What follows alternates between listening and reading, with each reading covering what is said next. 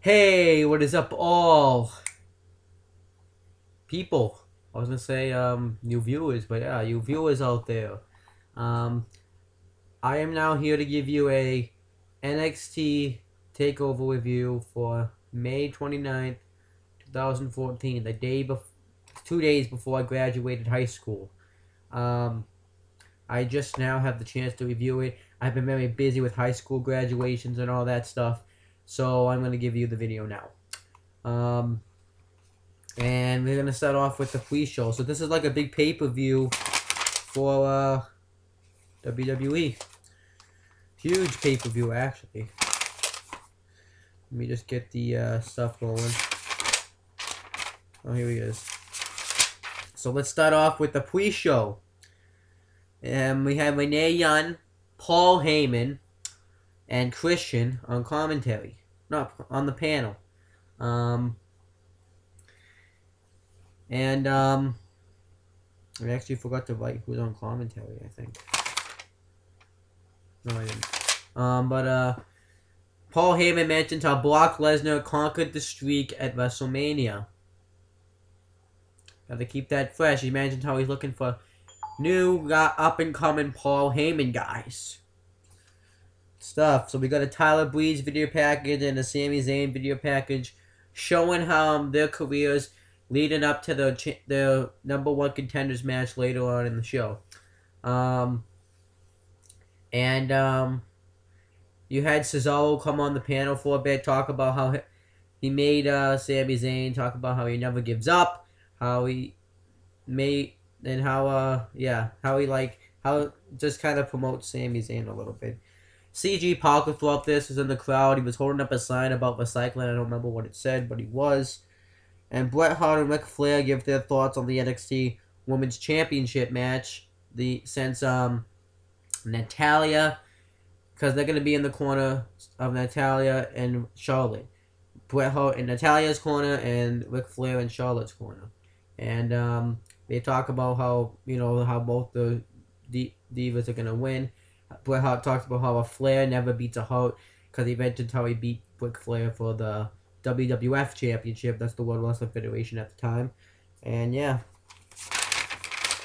my memory is very shaky because I haven't watched this since the first night.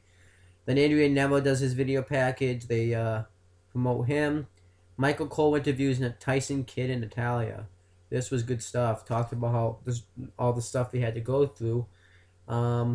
And he actually mentioned a good point, because Tyson Kidd, I have watched this part of Total Divas, when he sees Natalia, he's all pissed at Natalia, because he ends up, because I think he thinks that Natalia is being used better than he is. And I wonder if he only knows that, though, because of Total Divas.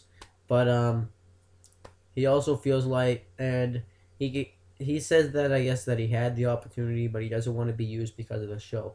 He wants to be used because of his in-ring work. That's what I'm assuming, because they were using him a little bit, and they just took him off TV. I don't know if they just lost faith in him, but I have a feeling Tyson Kidd was like, hey, if you're going to use me just because of Total Divas, I'm not going to, I don't want to be used. Screw you guys. I want to be used because of my in-ring work, so he took some time off.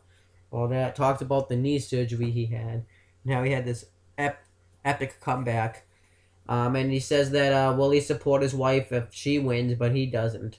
And he says that he will. So it was pretty good stuff.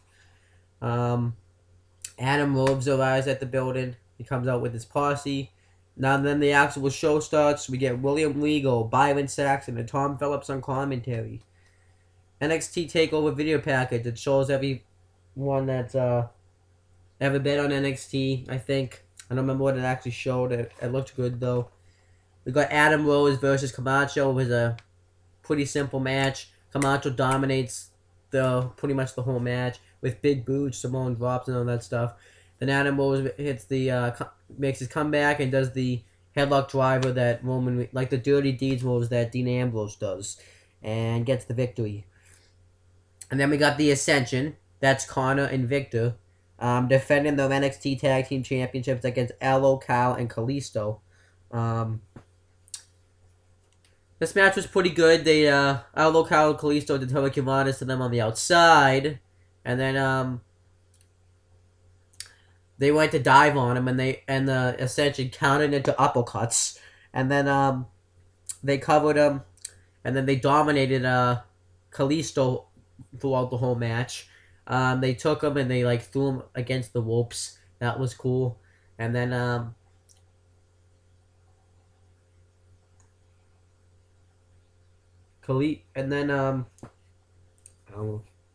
Aldo Cal gets the hot tag. He does some stuff. I don't remember what he did. And then the Ascension take back control and hit the Fall of Man for the win and retain the tag team championships. I wasn't really surprised by this. And then we got Sami Zayn versus Tyler Breeze, the #1 contenders match for the NXT Championship. I barely remember this match, to be honest with you. I remember some stuff.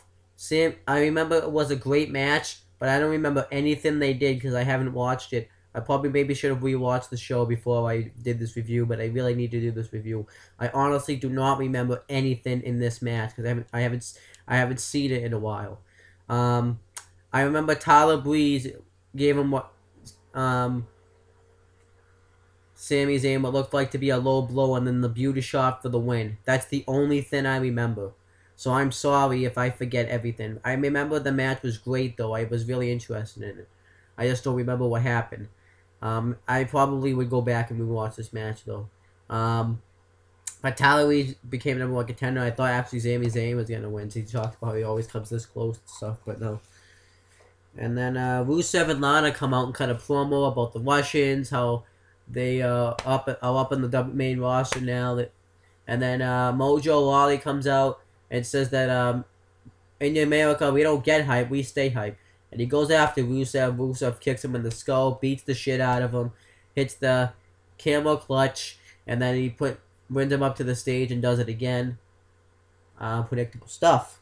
And then Paige comes out to cut a promo. Did you just hear what I just said? Paige was on this show. Paige cut a promo. Wasn't she on the show last week too?